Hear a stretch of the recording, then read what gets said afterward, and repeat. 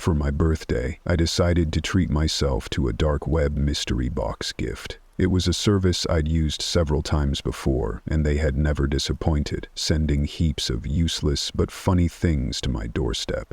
"Happy birthday, Trevor," a note on the box read. I picked up the package placed on my doorstep and noticed a letter attached to it. "There comes a time in every man's life where their skills and knowledge have to be tested. With that in mind, I shall set you out on a treasure hunt. Please follow the instructions within the box, and for safety reasons, burn every letter once it has been read or solved." To my surprise, the note was signed by Pete, my best friend since childhood. It was a neat surprise, but I was confused as to how exactly he'd gotten involved with the anonymous service. Whether he was just an active user there himself who'd recognized me, or if he'd been contacted by the website, I didn't know. Nevertheless, it seemed like a cool gift. My first clue would simply be a piece of paper with 2 incoherent words written on it. Van Mace. Could it be a name? Maybe a location? I sat down with it and contemplated the words in front of me. After just a minute, I realized it was an anagram. The letters just had to be rearranged to form a new meaning. Man Cave was the hidden message. It was a reference to Pete's basement, a place we'd frequently spent our Saturday nights, playing video games and drinking whiskey. I burned the letter in accordance with the instructions and quickly made my way to the man cave. There, I used my spare key to unlock the door, half expecting a surprise party. Instead, all I found was another clue, an ace of spades and a picture. Both were pinned to a board with an unfamiliar knife. I removed the knife and checked out the clues. The picture itself was of a place we frequently went with friends to smoke and relax, a beautiful field which no one knew about. It was just a short hike outside the city. I made my way there in about an hour. Our usual place was hidden in the shade beneath some trees. Once there, I noticed a shovel sticking out of the ground, on top of which lay some fresh dirt. Spade ace of spades. Very creative, I chuckled to myself. Without hesitation, I picked it up and started digging through the ground. After less than a minute, I hit something solid. Expecting another clue, I bent down and brushed away the dirt.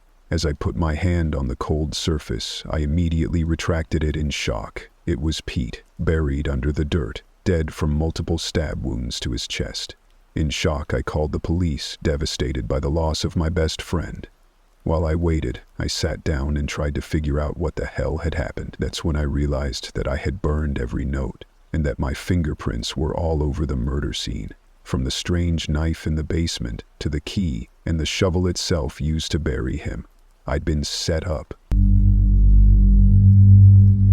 I lost my laptop for a few days, and after a thorough search of my apartment, I retraced my steps to an internet cafe called Trista's that I occasionally visit. I could have sworn I remembered having it after leaving Trista's, and I knew it was a long shot, but I checked there anyway. I asked the manager if they had a lost and found, and within 3 seconds I had it back in my possession. He said some older guy had returned it. Said he found it under a chair in the corner where I usually sit. Without thinking much beyond joy that I'd found my laptop, I took it and returned to my apartment 2 blocks away. I booted it up to make sure that nothing had happened to any of my files, and was horrified to discover that every last icon on my desktop had been wiped clear, all except one in the center of the screen. I clicked on it, and it opened a series of pages, websites I'd seen but had never myself visited. It was called Tor, and it took me to a website which for obvious reasons I will not share, and I found myself in a chat room. Tor is a web browser that allows you access into a back-end version of the internet ominously named the dark web, where you can acquire everything from illegal substances to actual people and even hire hitmen. It was something I'd heard about through the grapevine, but something that scared the hell out of me, so I'd never dared to dive too far into it. I went to close the screen and delete the browser. When I saw a message appear in the chat room, it said 4952495 wants to chat. Obviously, it was a bot or something. I went back up to close the window when I saw another message. Hello, Ben. It used my name, and I felt chills crawl up my spine. Sophisticated bot, and a little eerie. but nothing I wanted a part of. I again hovered the mouse over the X in the corner of the window, and another message came through, but this time it wasn't plain text. Something about this struck me. This wasn't just something a machine put together. This was something different. I'd seen this before, or something like this. I copied the text and opened a new window. After a little searching, I realized why it seemed so familiar. It was encoded in something called base 64, and as soon as I figured that out, I was able to decipher the message. This is what it said. Hello, Ben.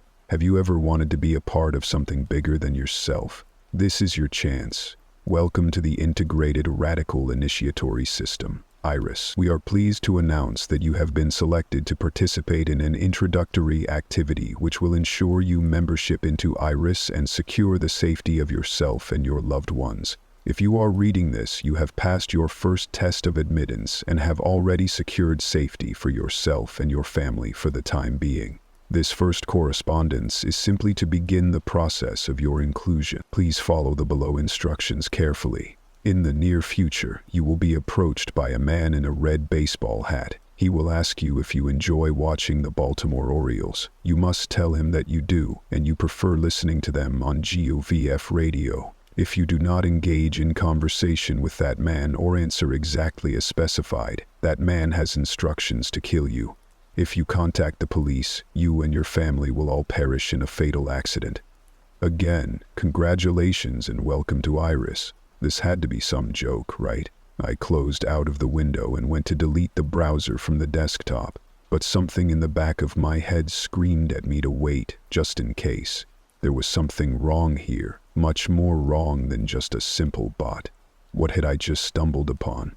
The next day, I was a paranoid mess. The day after that, I'd begun to convince myself I was being silly, and the day after that, I had begun to believe it, until I met the man in the baseball hat. I was at the store buying milk when I saw someone in the corner of my eye. He approached me and stood there as if he were trying to get milk as well. I grabbed the milk and went to be on my way when I noticed the baseball cap. It was bright red, and the man beneath it was older, but not quite elderly, maybe in his late 50s or early 60s. He looked at me through wild hazel eyes and wore a grim expression on his face. When he spoke, it was nearly a whisper, and I couldn't quite hear him, although I already knew what he was going to say. What? I asked. He swallowed. Do you what? Like the Baltimore Orioles? I stared back at him incredulously. Was this real? The backs of my hands tingled and the hairs on my neck stood on end. I had the sudden impulse to look around to see if anyone was watching me, but I held my eye contact with the man. I said, trying to remember the exact words I needed to say. Yeah, I prefer listening to them on GUF radio. He suddenly relaxed, pulling his hands from the pockets of the windbreaker he wore. As he did this, I saw a glimmer of black metal in his pocket. He had a gun. What's going on? I asked, trying not to let the panic rise in my throat. I can't tell you, he said quietly. 4, 9, 7, 3, 5, 4, 6, 8, 6, 5. What? 4, 9, 7, 3, 5, 4, 6, 8, 6, 5, he said, then stood up nervously and left. I quickly pulled my phone out and punched the numbers into a blank text message. When I looked up, he was gone. That night, as I lay in bed, contemplating the possibility that I was schizophrenic and that perhaps this wasn't really happening, I heard the ping of a notification on my computer. I got up and went over to it, knowing what it was beforehand but not wanting to think about it beyond that. I had a new message from the same series of numbers. This time, it was a different encryption. In a moment of fear and adrenaline, I responded to the message. I don't know who you are or what you want, but I'm not interested in becoming a part of whatever it is you are. You're a terrorist group or something, and I'll get the police or the military or whoever I need to in order to stop you from hurting anyone else. I don't want anything to do with you. Please stop contacting me. Fuck you guys. Not 30 seconds later, I received a response. I stared at the numbers for a moment, trying to see if I could pick up a pattern or something. Anything. When someone knocked on the door, and I jumped so badly I nearly fell off the chair. I stood up and went downstairs to see who it was. When I opened the door, cautiously at first, I saw that it was a police officer who stood on the other side. He was a burly man with a thick, graying beard. Behind him, parked on the curb, was a patrol car. "Hello?" Someone called and asked for a wellness check at this address. "What?" I asked. "A wellness check?" "One of your friends or neighbors called in and said someone here was in a negative state of mind and was worried that they might decide to make a permanent solution for a temporary problem, if you know what I mean. They wanted to make sure you were okay and weren't about to do anything stupid." "Yeah," I say. "I'm fine. I'm not going to do anything. Who called you?" He looked down at the notepad he held in his hand. "We don't typically share that information, but she actually requested that we do. It was a woman named Iris. Didn't give a last name. She said she was a friend of the family and that you'd know who she was." I felt the blood drain from my face. "You all right, son?" the officer asked. "Yeah," I said. "Just had a long day." "All right," he said. "Call us if you need anything." I nodded, then shut the door and walked back up to my bedroom, closing the door and locking it behind me. I spent the next few hours working to decipher the message and finally decoded it at about 3 in the morning. The first message read, "Ben, if you are reading this message, well done. As we move forward, you will undoubtedly notice that the level of difficulty in decrypting our correspondence will increase. The time frame you are given to not only decipher the message, but complete the request will also shorten as our requests continue. So we advise expedience. We are pleased to inform you that because of your actions today, Mr. Red was not put in a position in which he would have to terminate you, and was fortunate enough to be returned to his family this evening. You have done him a great service. That being said, we appreciate your participation today and look forward to seeing you complete your next task. We hope that now perhaps you understand the capabilities held by those in Iris, and we hope that you will keep that in mind as we move forward with your initiation. You are now being assigned your next required task. If you do not or are unable to complete this request, regardless of circumstance, you and your family will be terminated. You have 48 hours to burn down a church building. Again, congratulations on your initiation into Iris." And the second message responding to my callous and careless remark, "I don't think you understand. You don't have a choice." It was then, in the middle of the night, that two things became absolutely crystal clear to me. First, Iris definitely knew who I was and where I lived. This wasn't a game. And second, I had 48 hours to burn down a church before something terrible happened. I don't want to burn a church down, but I don't think I have much of a choice at this juncture. I've done some research and picked out a few possible targets, just in case I can't think of something else to do in the next 24 hours. I feel like I'm being watched, especially after the incident with the police officer last night. I don't even feel safe in my own home, so I bought a gun. It's a small black 0.308 Ruger pistol, easily concealable. When the man took my information for the background check, a thought occurred to me which I found unsettling. I have a clear background, but what if Iris had somehow altered it? What if they wouldn't let me buy a gun? What if I suddenly had a warrant out for my arrest? These questions were quickly answered by the store clerk, who looked up from his computer with a smile on his face and slid the gun box over the counter.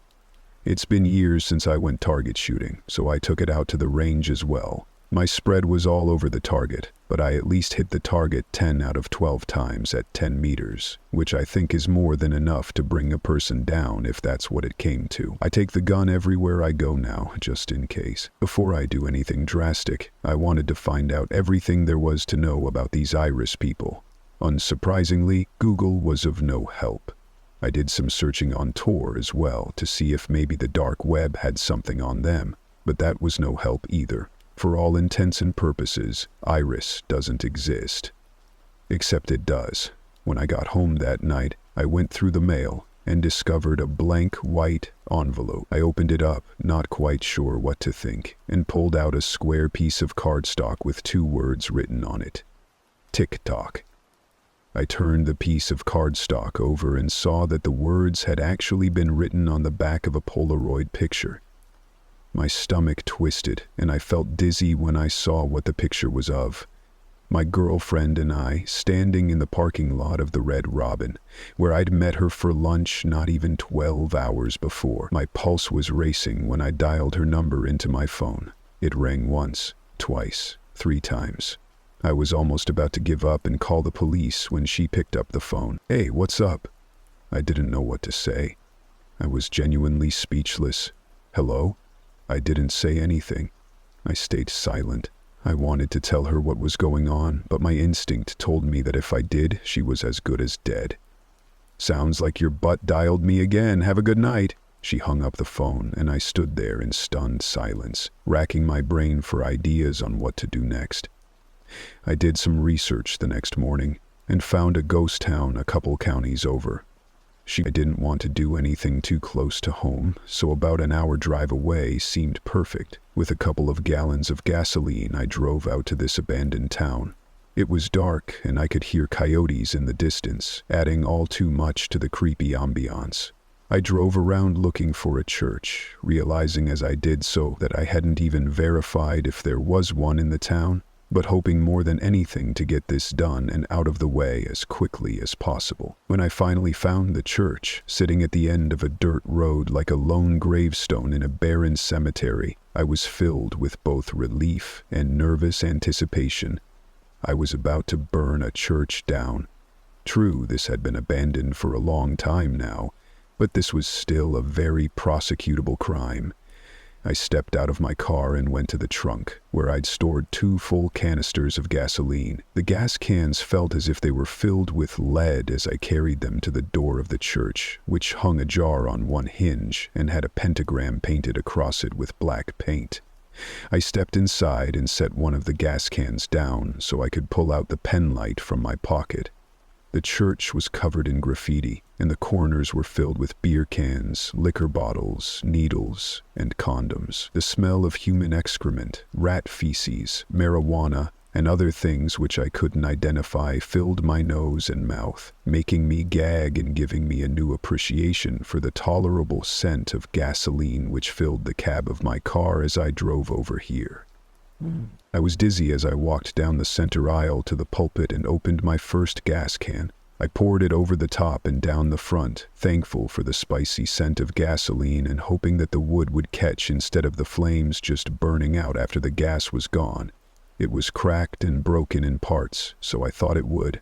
I emptied the gas can on the first few pews, then went for the second one. I poured the gasoline on the remaining pews, then dumped the rest in a giant puddle in the center aisle. My shoes slopped around in the liquid as I did this, and I knew that the smell would follow me like a ghost for at least the next few days. I went back to my car and got the pieces of rope I'd cut before leaving my house. I've seen too many YouTube videos of rednecks messing with gasoline to try to light it like they do in the movies. I wanted to keep my eyebrows where they were and preferred not having to go to a hospital to explain exactly why I smelled like gas and was covered in third-degree burns. I had 2 pieces of rope. One was tied to the pulpit, hanging down well away from the gas, and the other was left on the ground with one end in the large puddle of gas and the other end close to the exit. When I was satisfied with my makeshift wicks, I lit the tips of the rope on fire with a lighter, then bolted out of the church. I backed my car away and waited. I don't know what exactly I was expecting. Maybe some Mission Impossible type explosion where the windows shatter and the doors are blown off their hinges as I dove for safety. But nothing of the sort happened. I almost thought that I'd messed up somehow with the makeshift wicks when I finally saw the light of fire flickering within the church, and I knew that I'd finished what I came to do. I shifted my car into drive and went to push the gas when I noticed a small business card sitting on the passenger seat. I picked it up. It was white and completely blank except for a series of 6 numbers, 576179. I looked around in the back seat, stepped out of my car and examined the night. That card wasn't there when I pulled up to the church, which meant someone had put it there only minutes ago. But as I shone the light of my flashlight out into the dark night, I saw nothing but the shadows of trees dancing like devils in the light of the growing conflagration. The next couple days were quiet. I got no emails, received no phone calls, nor was I contacted by any more strangers. I was honestly beginning to let myself think it was over, or maybe even part of some sick joke that had gone too far. I was wrong. I awoke to the sound of a notification on my computer, which I'd grown to fear and hate. This one was a little more elegant, but I was able to eventually crack it too, after figuring out that it was a 256-bit AES encryption and getting lucky with the passcode. 49524953. This was the username of the person contacting me, and as I soon figured out, also spelled Iris in hexadecimal code. The message read, "Ben, congratulations on your completion of the latest requested task. We commend you on your ability to carry out what would otherwise be a devastating attack with as little fallout as possible. Choosing an abandoned church was a stroke of genius, the kind we pride our members of Iris with. You have proven yourself worthy of the next task, and secured your safety and that of your family for the time being. As stated in our previous correspondence, your next task will be more difficult than the last, and will require far more skill and cunning as well. You have 24 hours to procure a human finger and put it in the P.O. box, which you have already been provided with. We understand that you may be averse to completing this task, as it does go against the grain of human nature. So, as an incentive, we have also provided you with a photograph that can be found inside your pillowcase. Again, congratulations. Iris looks forward to working with you again soon." My stomach turned when I read it. The second-to-last sentence echoed in my brain long before I was able to completely process what it meant. I needed to check my pillowcase. With palsied hands, I picked up my pillow and felt around the case. It was on the other side of the pillow, so I hadn't noticed it when I'd been asleep. I wanted to believe it was there before I'd gone to bed, and it was only by chance that I hadn't discovered it, instead of the other obvious scenario where someone had put it beneath my pillow as I slept. This was another picture of my girlfriend, except this was far worse. It was a picture of her asleep in her bed, but it was taken to the left of her bed, not the right where the window was. And on the top corner I could see the blinds of her closet door. Someone had been in her bedroom to take that picture. Someone had been in her closet. I immediately called her, but she didn't answer. I went down to her apartment, but her roommate said she'd left early that day and had left her phone. I can't tell if they have her or not, but I get the message loud and clear. I have to play their game. It's amazing how easily the human mind can cope with otherwise outlandish things while under duress. It's hard to imagine hacking off your own arm, yet Aaron Ralston did just that when he was trapped on the side of a mountain. He was able to wrap his mind so fully around the idea that he actually carried out the deed by himself without any sort of pain medication. When faced with life and death, our instinct chooses life every time. I have to get a human finger.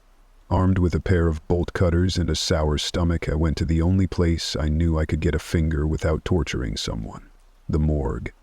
As hard as it was to admit it, getting the finger would actually be the easy part.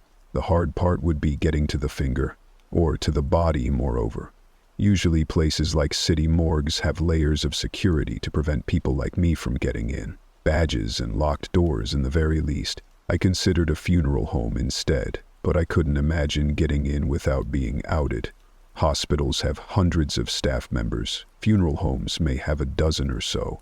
An unfamiliar face would be easily spotted. I bought a set of mint green scrubs from the medical supply store. I've had to go to the hospital several times in my life, and I know that the majority of the staff wears that particular color. As I entered the hospital, I was dizzy with anxiety. I swallowed hard and reminded myself that confidence will get most people in anywhere. I needed to act like I belonged there, and not like I was only there to cut off some poor guy's finger. I saw the directory posted on the wall behind the main desk and found the morgue. It was downstairs, of course. I pulled out a pair of fake glasses from my pocket and put them on, feeling a little silly but knowing that people subconsciously attribute glasses to intelligence, and I needed all the help I could get for what I was about to do. I walked over to the elevator and pressed the down button. As I stood there, a few nurses came and waited next to me. I hoped one of them was going down as well. The up button was pressed then, and my heart sank. This was going to be more difficult than I hoped. When the elevator dinged and the doors opened, I stepped in with a few others.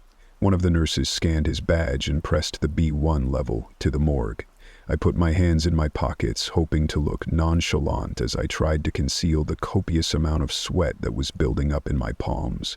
The elevator doors opened and I followed the man out. The walls were all white, except for a series of colored lines which showed the way to go.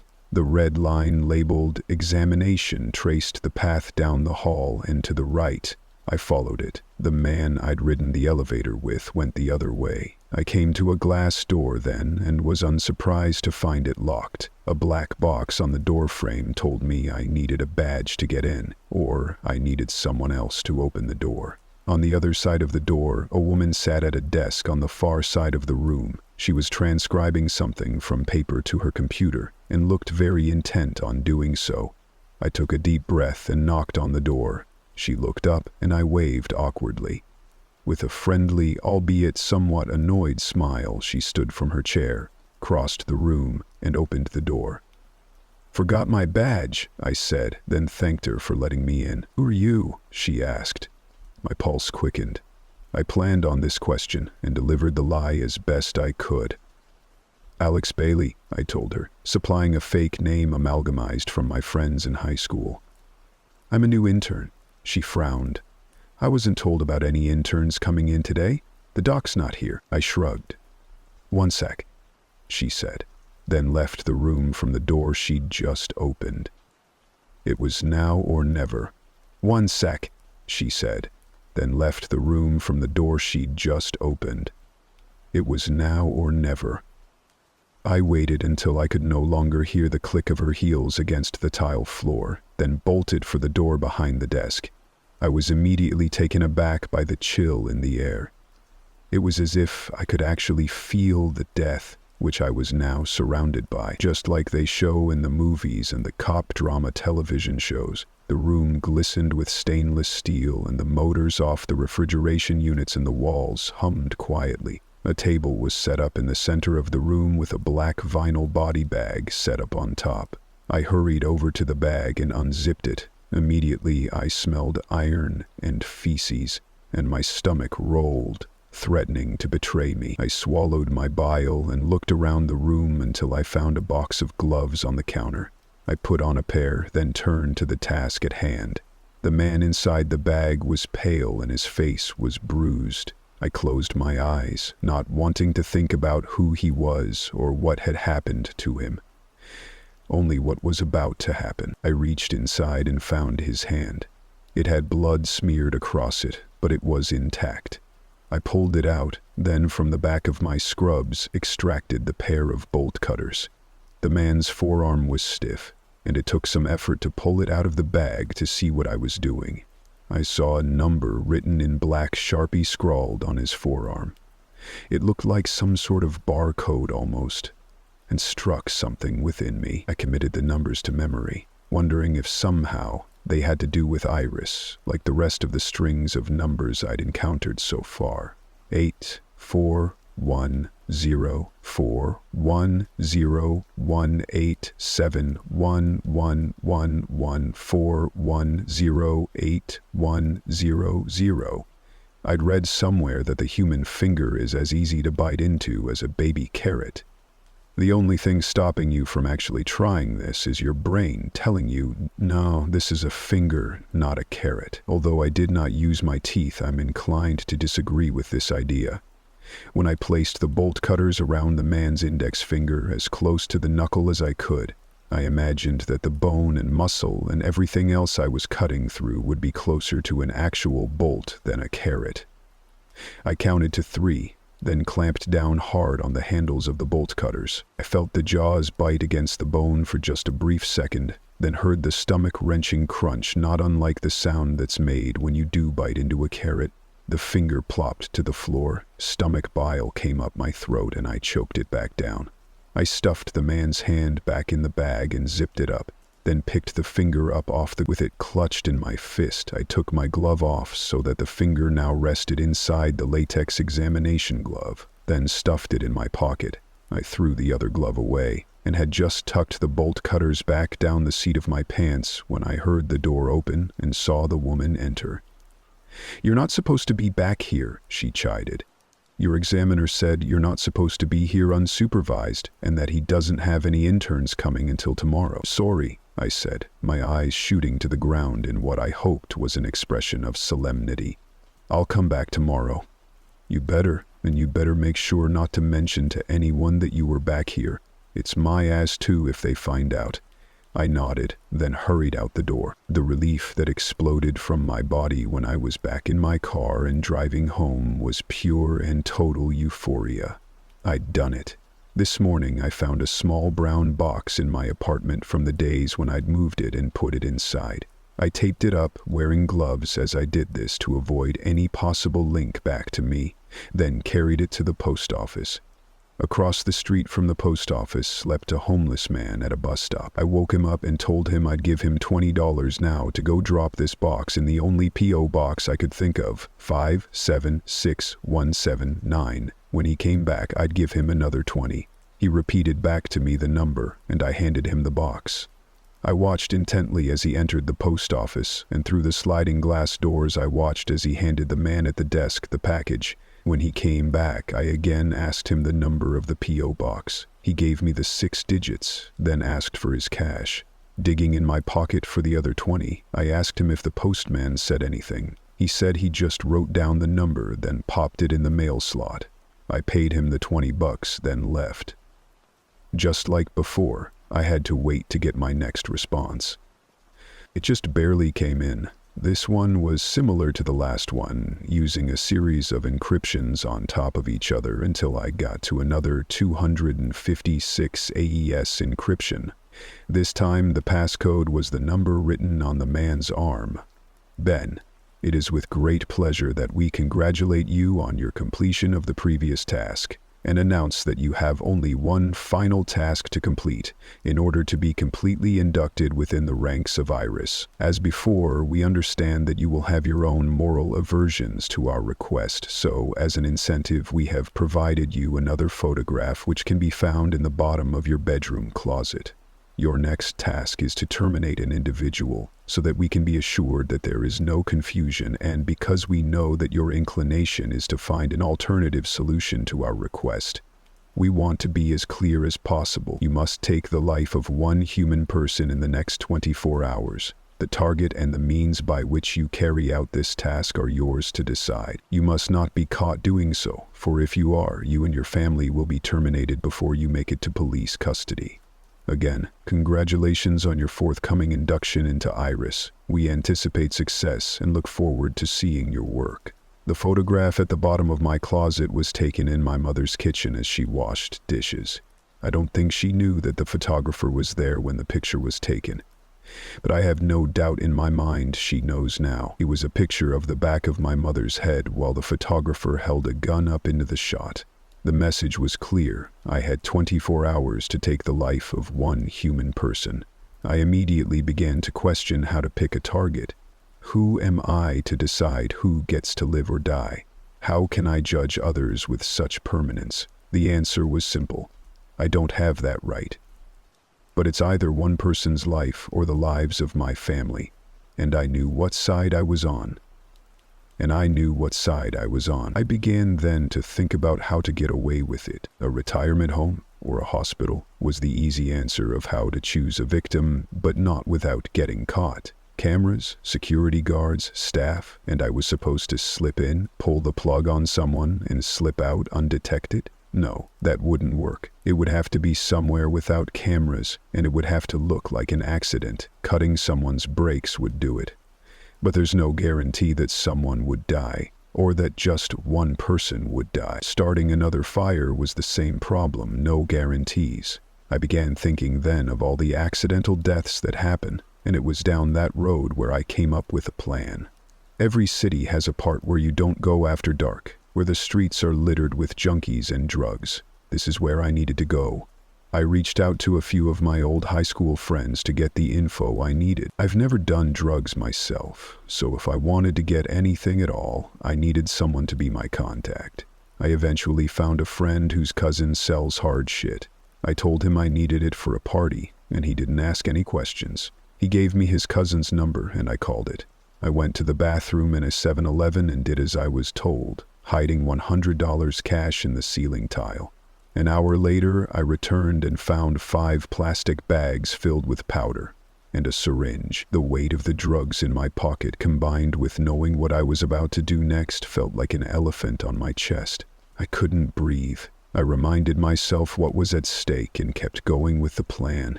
I'll admit, I had to Google how to do this next part. In my car, I emptied all 5 bags into a large metal spoon, then mixed the powder with a little water. With a lighter, I cooked the mixture until it bubbled. Then I added a ball of cotton to the top. I let the cotton soak into the solution, then inserted the syringe and sucked all the liquid I could from the cotton. Now all I needed was a victim. I drove around looking for the right person, hoping to maybe find someone passed out in the gutter whom I could quickly inject and be done with it. But no such luck befell me. Plan B was going to be harder but effective. I drove around until I found the right woman, one dressed just a little too scantily for this weather, and one with visible track marks on her legs and arms. I pulled up and asked her how much. Her response was one I didn't expect. Fuck off. I knew I hadn't made a mistake. I couldn't have made a mistake. How much? I asked. I've got $100. She rolled her eyes, but walked over the curb and got inside the car. Her face reflected a lifetime of poor decisions. Her eyes were deep set, her skin was wrinkled, and her cheeks were sunken from the number of teeth she'd lost. In another life, she could have been pretty, maybe even beautiful, but this life had been cruel and had not allowed her such luxury. You got a hotel? She asked. Nah, I said. I thought we'd do it here, in the car. She shrugged, and I put the car into drive. She saw the needle sitting in the cup holder. What you got there? I tried to act nonchalant. Just a little fun for the evening. That's a lot just for one person, she said. She was like a dog eyeing a steak hot off the grill. She was hungry. I offered her some, and she smiled. Her teeth looked like the pickets of a fence that had been abused by a decade of harsh weather. She picked up the needle and eyed it. What is this, anyway? Heroin? It's called a speedball, I said, and her eyes lit up. You really want a party? She said, not really meaning it to sound like a question. She pulled a ribbon from her hair and tied it around her bicep with her teeth. With practiced precision, she found a vein in her arm and slid the needle into her flesh. She watched carefully as she pressed the plunger down with her thumb, careful not to give herself too much. In a moment of blind instinct, I reached out and grabbed her hand and pressed her thumb down hard, emptying the syringe into her body. She looked up at me with an expression of shock and horror as she realized what had just happened. I pulled onto the side of the road, checking first to make sure I didn't see any cameras. Get out, I told her. What the fuck? She asked furiously. Get out of the car, I said again. She swung at me, but I stopped her hand and slapped it down. I pulled the gun from my holster and pointed it at her. Get out of the car, now, I said again.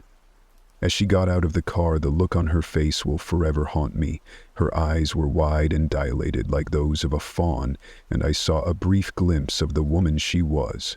Not the hooker, not the junkie, but the person she was. I slammed my foot against the gas pedal and sped off into the night. I watched the news intensely for the next several days, waiting to find the story of the dead hooker, murdered by someone who didn't have any other choice, but I never saw anything. Just as I hoped, her death was chalked up to another overdose of another junkie whose life had been too cruel for them to survive for very long.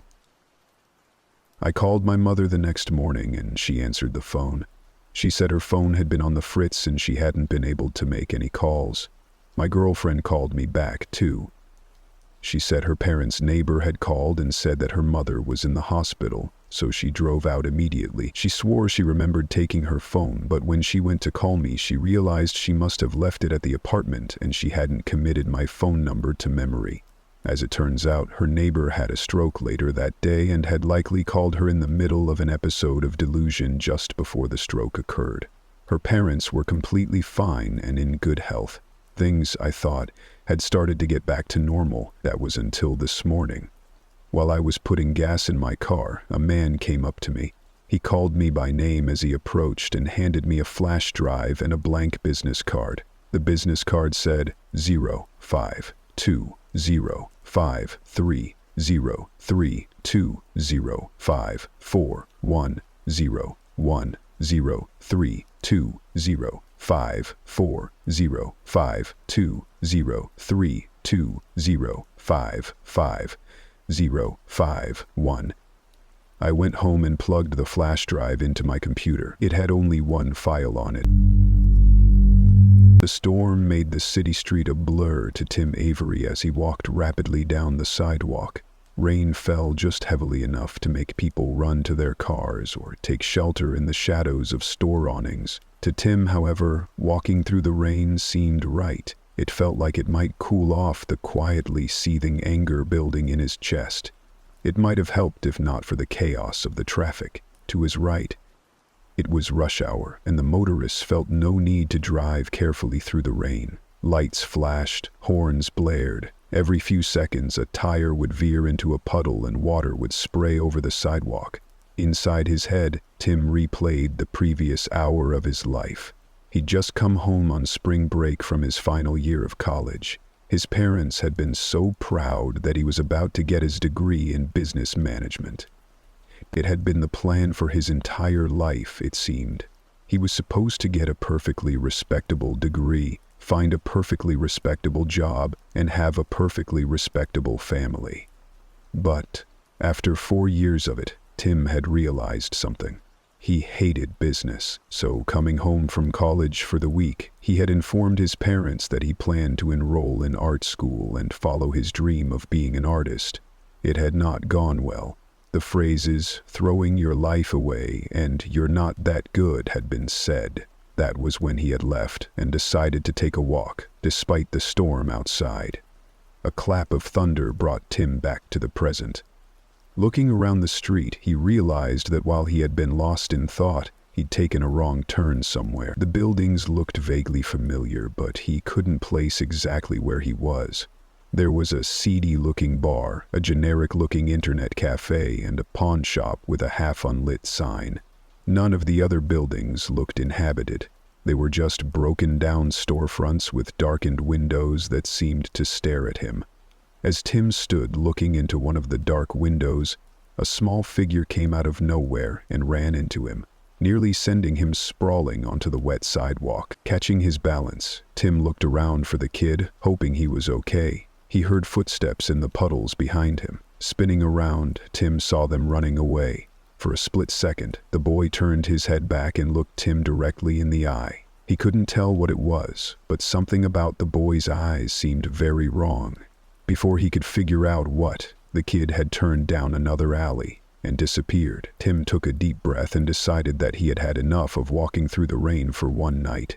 He looked briefly at the bar across the street. He couldn't make out the name, but it was something that started with R. He could just barely see the dimly lit interior through the window. It did not look particularly inviting. He turned towards the internet cafe a few doors down. A white and red sign read, "Angel's Web Cafe." Tim figured he could use an angel right then. He also figured he could at least check his social media accounts. Entering the building, Tim found himself in a long, narrow shop that was surprisingly busy. The place was dimly lit and had a strange white and black color scheme that didn't quite work. The circles of computer stations in the middle of the room were packed with customers. It was a young-looking crowd, and he didn't see anyone he recognized. He also couldn't see any open computers. He went up to the counter and waved to the girl working behind it. "What can I do for you?" she asked. The girl had a jaded hipster look to her, but she seemed friendly enough. "Are there any open computers in this place?" "Well," she said, her eyes scanning the room, "looks like you're going to have to wait for one to open up. I can get you some coffee or something in the meantime." Tim ordered the cheapest thing he could find on the board and looked around the room again. There were some more secluded alcoves in the back of the building that he had missed before. The girl came back with his coffee and noticed where he was looking. "Those are just places to hook up your own computer. Your best bet is still waiting." Tim nodded, paid, and went over to the little nooks set up against the wall. He figured he could at least sit down in one and have a little privacy while he waited. He passed by the first few stations, heading for the one in the far corner of the building where no one could see him. Reaching the station, he found something that was somehow both surprising and perfectly normal, except an abandoned laptop. Tim looked around the room to see if there was anyone it might belong to. There was no one at the counter. Everyone else was busy at their own computer. He walked over to the nearby restroom doors and listened for anyone that might be inside. He heard nothing. Tim slowly drank his coffee as he wandered back over to the laptop. The black exterior didn't seem to have any logo or brand on it. A pair of earbuds rested neatly on the top of it. On any other day, Tim was not the type that would open up someone else's laptop, but there was something about the night, something about the dimly lit room, and something about that jet black computer that made it not any other day. Taking one last look to see if anyone was watching, Tim slipped into the chair and opened up the laptop.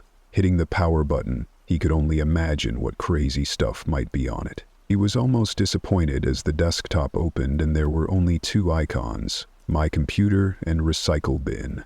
Tim sighed, mostly in relief. He supposed he didn't need anything else exciting to happen today. He was reaching to close the laptop when he spotted a strange icon nestled in the bottom left of the screen. The best he could describe it would be a strange cross between a setting sun and a compass rose. He stared at it for a while and then scanned the room in front of him one last time, making sure no one could see him. He clicked the icon. The screen immediately turned pure white. A larger version of the symbol faded into the middle of the screen, surrounded by the words, Western Crossroads. After a few seconds, the logo disappeared, and the screen changed to what was unmistakably a web browser, albeit one he'd never seen before. Most of the buttons were just symbols that he had never seen before. A thought occurred to Tim that chilled him.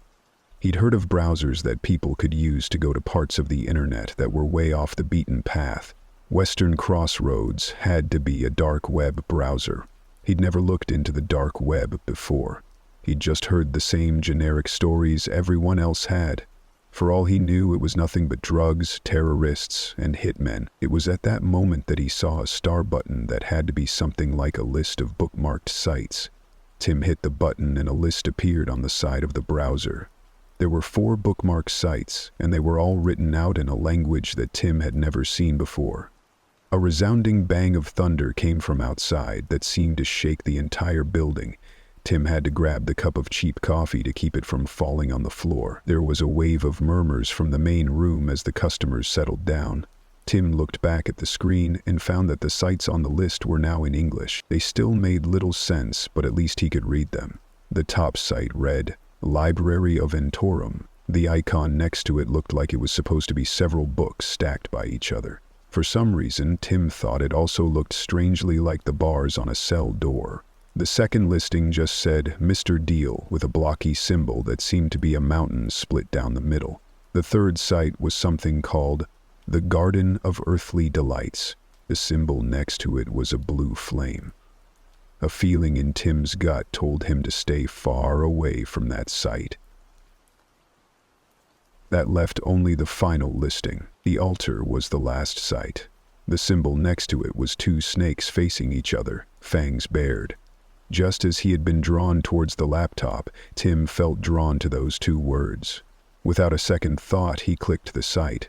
A smaller window popped up in the middle of the screen. It looked like some kind of streaming video with a small chat box to the right of it.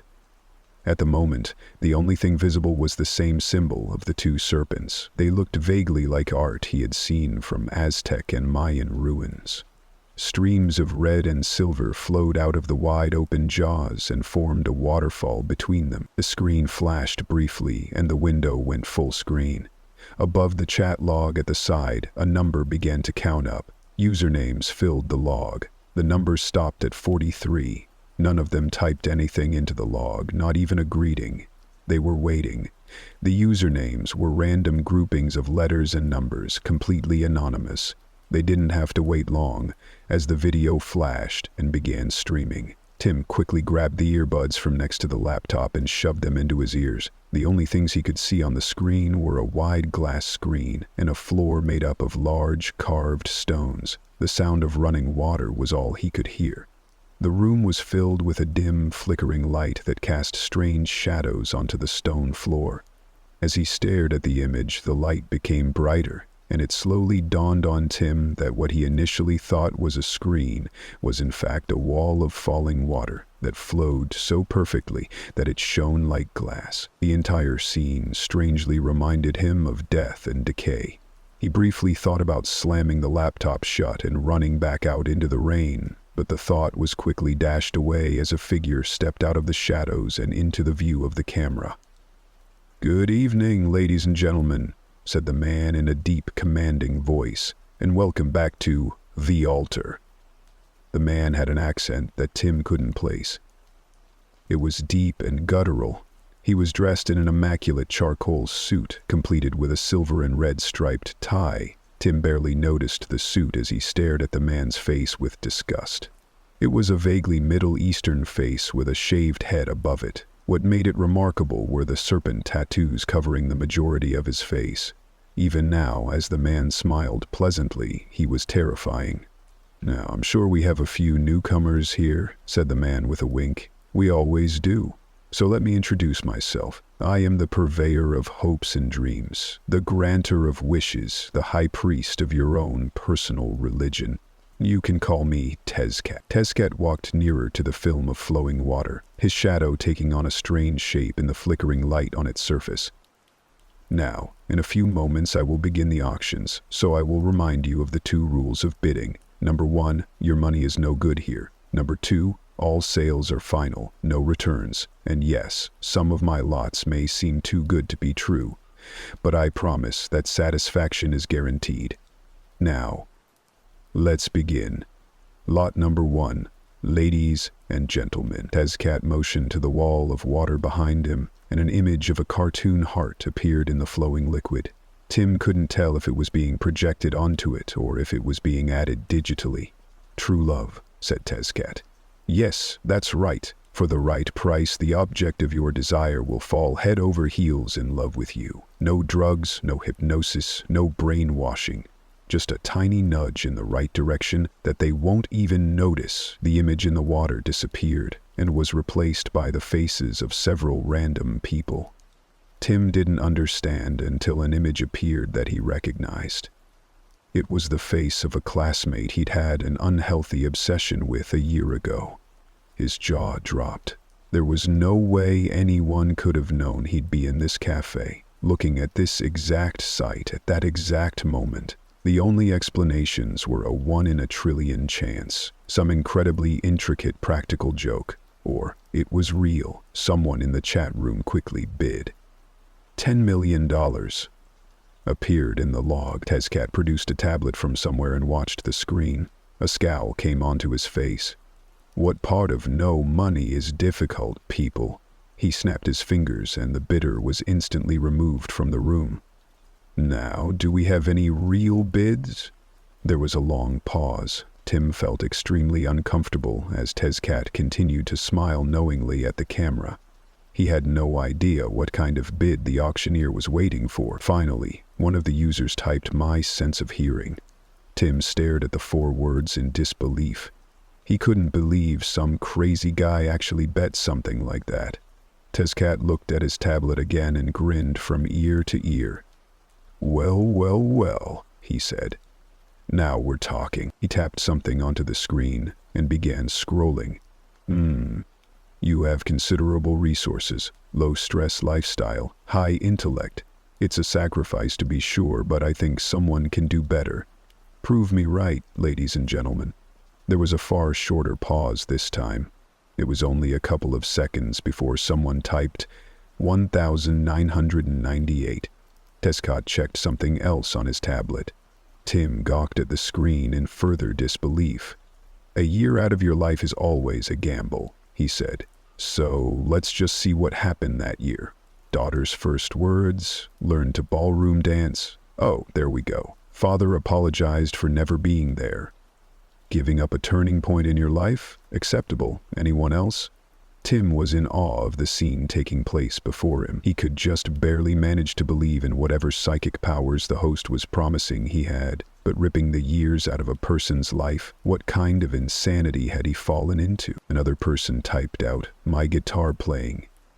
Tescott raised an eyebrow and ran another check on the bidder. He smiled broadly again, but it seemed more artificial than before. Giving up the very hopes and dreams that keep you going? Hoping that your true love is worth giving up the only thing you can do well? Throwing away years of planning and fantasizing? Ripping out your own heart? Now that, my friends, is a bid. Going once, Tim didn't know if he believed any of it yet, but he could feel that the last bidder believed it enough to give up everything. Going twice? He paused for a moment, holding out for more bids. Yes, for your hopes and dreams. The bidder disappeared from the chat room as a line appeared claiming that he had been transferred to collections. Their host snapped his fingers and the images in the water shifted again. Different scenes began to appear. There were people doing all manner of things, each with their faces just barely out of sight. A woman got out of a car and walked along a red carpet. A football player scored a touchdown in front of a crowd of thousands. A chill went down Tim's spine as a man walked through an art gallery. More than one of the paintings was his exact style. Scenes continued to play as Tescott spoke up. And speaking of hopes and dreams, he said, now you too can have all the talent and resources needed to fulfill your deepest, darkest desires. One dream per customer. And you'll still have to put in the effort, of course. This is always one of my favorite lots. It gives me a warm, fuzzy feeling on the inside. He gave a short, deep chuckle. There was no hesitation from the crowd this time, as my card collection appeared instantly in the log. Aaron stopped before the nearest lock, stopped and blew at it. It was followed almost immediately by several of the other users mocking him. Tescat, however, carefully looked over whatever was on his tablet. 40 years spent building a collection, several extremely rare cards you care about greatly. A weak offering, I must admit, but still acceptable. Next bid? No one mocked the next bid as someone typed med school into the log. Tescat didn't even need to look twice after seeing the bid. As he walked up to the altar and swiped his card for a month to log, Tescat didn't even need to look twice after seeing the bid. Giving up your hard-earned career for a chance at fame and fortune? Medicine not the amazing life you imagined it would be. Just imagine, for so many people, what you're trying to give away may just be what they're bidding on. Accepted. Not to be outdone, another user hurriedly typed, "My maid." With just 2 words, Tim's understanding of the stakes of this auction was brought to a whole new level. These weren't bids, they were sacrifices. He held his breath, waiting to see if their host would accept a person as payment. As Tescat looked over the information, a look came onto his face that Tim could only equate with a serial killer standing over a fresh body. I've had people try to pass off employees and acquaintances as bids before. Their worth to you is in reality unbelievably low. However, you seem to be having an affair with this particular employee. And a lover is a much more valuable commodity. I will gladly accept that bid, and I doubt anyone can outdo that one. So, going once, Tim remembered the art gallery he had seen in the water. He imagined what his life would be like, rich, famous, his talents appreciated by the entire world. He remembered the argument at his home not even an hour ago. He remembered the outrage and indignation he had felt at his dreams being ignored. Going twice, Tim felt his fingers moving almost by themselves, and he almost couldn't believe it when he saw what was written in the log. My parents. Tescat stopped mid-sentence with a look of mild shock that Tim would not have thought was possible a few moments earlier. Now that, he said with barely suppressed glee, is a bid. A few messages of disbelief filled the chat log, one reading, "Only good God." And I don't think I have to ask if anyone can improve over that. Sold. Tim stared at the screen for a moment, still in shock at what had just occurred. It had to be a dream or a hallucination. He wouldn't be capable of doing that in reality, right? And with that, let's move on to our last lot of the night, said Tezcat. Tim just waited for something, anything, to happen to make him believe that it was all a big joke. Instead, another huge clap of thunder struck the store, and the lights went out. Looking down at the screen, he saw that the window had changed, reading, "Transferring to collections." The lights in the store came back on, after only a few seconds. Tim tore his eyes away from the screen, leaning out of the nook, searching for anyone. He was about to toss the laptop and run when he heard the sound of someone clearing their throat. Looking back at the screen, he saw Tezcat's face looking out at him. "Mr. Avery," he said, "I think we should talk in person." That was all Tim needed to hear. He slammed the laptop closed, tossed it onto the floor, and ran for the door. He barely registered as he ran through the cafe that the room was now entirely empty. It was the Mr. Avery part that did it. Hearing his name come out of the mouth of the freakish host was the final straw. He reached the door and ran out into the night. The pavement was still wet, but the rain had stopped. The street was thrown into more vivid detail than it was before. The lights and noise of the vehicles in the street and the darkness of the empty buildings seemed to be pressing in around him, suffocating him. He stopped in his tracks, closed his eyes, and took a few deep breaths. It had almost started to help when he felt a drop of liquid hit his hand. Pissed that the rain was starting up again, he shook his hand hard, trying to dry it off. In the process of shaking it off, he noticed that the liquid on it wasn't water, it was bright crimson. Feeling another drop on his back, Tim looked above him. The sign that had previously read Angel's Web Cafe now contained only the symbol of the two serpents. The streak of red was dripping on him. Spinning around, Tim found the street very different from what he remembered from only a moment before. Every car on the street had changed colors. A crimson taxicab drove by with the symbol of the Western Crossroads emblazoned on the side. A metallic silver moving truck went by with the altar's symbol vividly painted across it. The buildings that had been dead and empty had strange lights moving within them. The one time Tim got a clear glimpse of them, they looked like dimly glowing eyes. Any chance that what he was experiencing was a dream was quickly going out the window. At that point, Tim was assuming that he was either dead or insane. The only place on the street that remained halfway normal was the run-down bar across the street. He made a quick decision and dashed into traffic, dodging one car, then two, then stopping in his tracks as a bus sped by in front of him. Each of the passengers had snakes tattooed across their faces. As soon as it passed, Tim sprinted across the last lane and threw himself at the door to the bar. Taking a few more deep breaths, he entered the bar, which the sign on the door told him was named Relks, whatever that meant. The interior of the bar was so generic it was almost painful. It just seemed to be a run-of-the-mill dive. As Tim made his way to the bar, he took some consolation that the few patrons in the building looked normal. Reaching the bar, he slid exhaustedly onto a seat. He looked around for the bartender and found him speaking to a customer on the far end of the bar. That was just fine with him.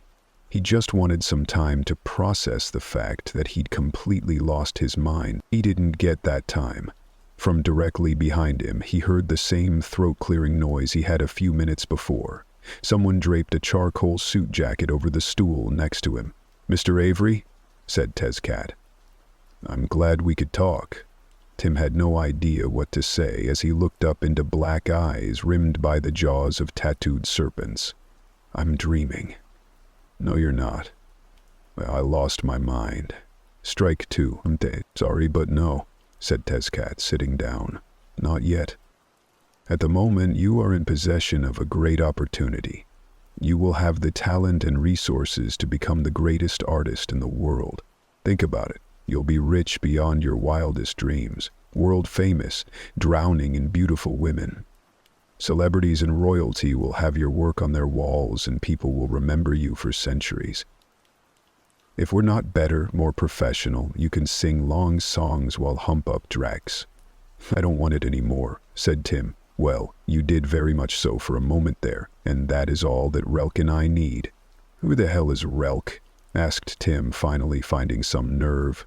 "Relk, the Devourer, a god, and not the pathetic excuses for gods you people have these days.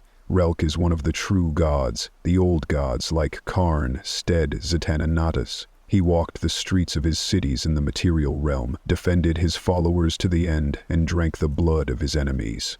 "I'm supposed to believe in gods now too?" asked Tim.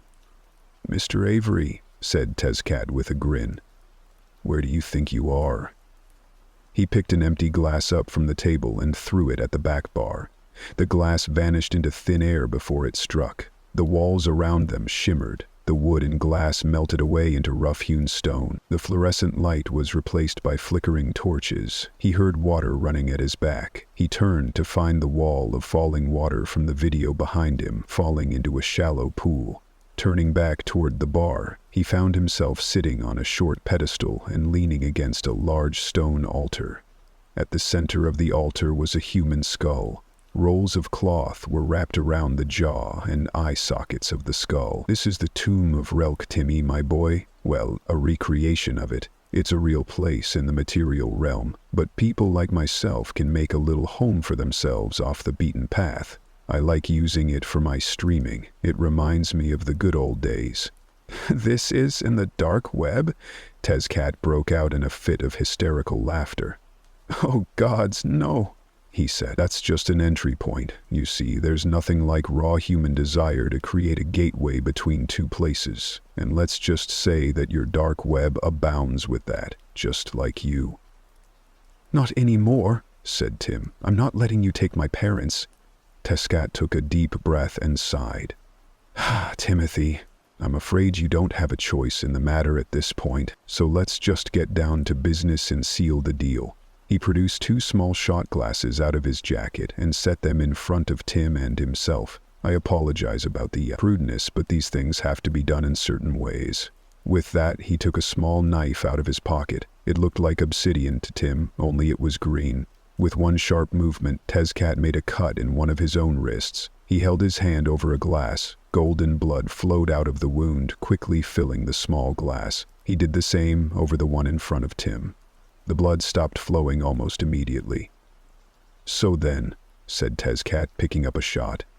"Cheers, Mr. Avery." Tim just stared back into his eyes, a thought forming at the back of his head. He gripped the shot glass as lightly as possible and pushed it back slightly. The thought became more concrete. "You said this was called the Tomb of Relk," he said. "So gods can die?" Tezcat rolled his eyes and let out a long breath. "In some ways they can," he said, "but it's hard to keep a god dead. They died, they came back, albeit slightly different, and then they recruited people like me, an aspect, to go get souls for them." "Wait," said Tim. "Whose souls?" Tezcat's eyes went wide as he seemed to realize he should not have opened that door. "The souls we bet? That doesn't feel right. Mr. Avery, just drink and we can talk about this afterwards." "It's my soul, isn't it?" asked Tim. "It's because I bet a person. I sacrificed a person. That's why you weren't happy when the guy won with his music." The realizations kept coming. That's why it's an auction. Because people won't sacrifice other people unless you force them to outbid someone. It's a test. "Yes, it is," said Tezcat. "And you failed, which means your soul has a mark on it. And when you die, Relk gets your soul. You don't pass go. You don't collect $200. No getting around it now, so drink." "I didn't fail yet," said Tim, picking up the shot glass and waving it in Tezcat's face. "Because you seem very determined to get me to drink this and seal the deal. I think that means I still have a chance." "No, you don't," said Tezcat, his voice beginning to seethe. "Yes, that blood will mark you, but it's also your only way out of this world. My world. So you have 2 choices now. You can drink and go have an amazing, albeit guilty, life, or you can play this game and stay here in my world forever. And in here, I'm a god. I can make this your own personal perdition." "But my parents live." "Who cares?" screamed Tezcat. The pupils of his eyes narrowed into something like a snake's or a cat's. "They either die now or they die in 10 years. They don't matter. You don't matter. Hell, I don't even matter. The devourer is above us all. Now make a choice, because although I have all the time in the world, I dislike wasting it on nobodies like you. So either drink it and take the door out, or stay in here and rot." "What the hell are you?" asked Tim, hoping he could stall a little more while a plan formed in his head. Tezcat laughed and slammed a fist onto the altar. The room around them resounded with the impact. The cloth-wrapped skull in front of them fell on its side and rolled towards Tim a bit. "I was just like you once. I lived. I died. And then I made a deal, just like you. I got what I wanted, but the cost was high. I became a living incarnation of an aspect of a god. Sacrifice is what I am, and you are not leaving this place without one of your own." Tim finally made his move. He grabbed the skull from the altar in front of him and slammed it into the side of Tezcat's face. Bone crushed bone and golden blood flew through the air. The aspect hit the floor hard. Tim grabbed the shot glass of blood and ran for where he thought he'd entered the bar. As he ran, he dipped his fingers into the golden liquid. He had said the blood was a door. Tim hoped it was literal. Behind him, Tezcat let out a roar as he rose from the stone floor. "I am Tezcatlipoca, the dark reflection. I am sacrifice. I am the hand of Relk, and you have royally pissed me off, Timmy." Tim reached the wall and started to draw. The blood began to glow dimly when it hit the wall of the tomb. He quickly dragged his fingers across the wall, making 2 vertical lines. As he completed the connecting line at the top, he heard ripping fabric from behind him. Turning around, he saw a sight he knew he would never forget. Tezcat had torn off his shirt and revealed his bare torso. His body was completely covered by tattoos of jaguar spots, etched in bright silver ink, all along his arms and shoulders. Curved golden spikes had been driven through his flesh. The gold and silver in his body shined in the flickering torchlight, as did his cat-like eyes. That was when Tim realized the truth about who the man had been. He saw a flash, a memory almost, of Tezcat standing in the sunlight of a primordial world, atop a great stone altar in a golden city, a faintly pulsing heart grasped in his hand, the high priest of Relk. As the monstrous figure began to move towards him, Tim turned back to the wall. The outline was glowing. It looked like it should work, but it needed something. Looking down at his hand, he saw the rim of the glass was coated in blood. Hearing footsteps only feet behind him, he pressed the glass against the wall like a doorknob and turned. The outline of the door flashed with a brilliant golden light. From behind him, the aspect of sacrifice screamed in rage and pain. In an instant, the light was all he could see. Tim wasn't sure how long he was unconscious, but when he came to, he found himself sprawled on the sidewalk in front of the dive bar, which the sign now said was named Ruby's. The rain was still pouring down all around him. A few people gave him an odd look as they hurried by. He dragged himself to his feet and retreated beneath the awning of the bar. He grabbed his phone from his pocket as quickly as he could and punched in his parents' number. The phone rang once, twice, 3 times. A click came from the other line. A wave of relief shot through Tim, but it was short-lived. "Hello there, Timmy," said a voice he now knew far too well. "I really have to congratulate you on that daring escape." Tim's stomach tied itself into an ice-cold knot. "Where are my parents?" "Oh, they're fine," said Tezcat. "I just wanted to talk to you one last time." "I'm going to have to watch my back, aren't I?" "Yes, but not because of me. You see, despite that embarrassingly emotional display back there, I have to respect your passion." "Bullshit." Now, Tim," he said. "At this point I am a businessman above all else, and it is not good business to carry on a vendetta based on one deal gone wrong. It would be a waste of time and resources to keep going after you when my website is still going strong. So why are you talking to me? Wouldn't it be more fun to keep me looking over my shoulder?" "Yes, in fact, that's part of why I'm talking to you. You didn't really think it was dumb luck that that laptop was planted there and that you were drawn to it, did you? You have exactly the type of soul that aspects are drawn to. Full of hope, dreams, desperation. There are plenty of other aspects that will sniff you out eventually. Ambition, want, creation. Just giving you a heads up. How nice of you. Good luck, Mr. Avery. Teleron Tenashad. What the hell is that supposed to mean? Tim? Asked his father's voice. I just said hello. Yeah, sorry, I was talking to a guy on the street. Okay, so, do you need us to pick you up somewhere? The rain's still coming down pretty hard. No, just wanted to check in. I think I'll wait out the rain. I'm still thinking about what we were talking about earlier. Do you know we just want what's best for you, right, Tim? Yeah, I know, said Tim. I'm just trying to figure something out. Talk to you later. Yeah, see you later. Tim ended the call and exhaled a long, slow breath. He sat underneath the awning for a while, figuring out what he wanted to do. After a while, he came to a decision. He walked towards the crosswalk, making his way back towards the internet cafe. There were 3 other websites on that list on the western crossroads. He wasn't feeling desperate. He was feeling lucky.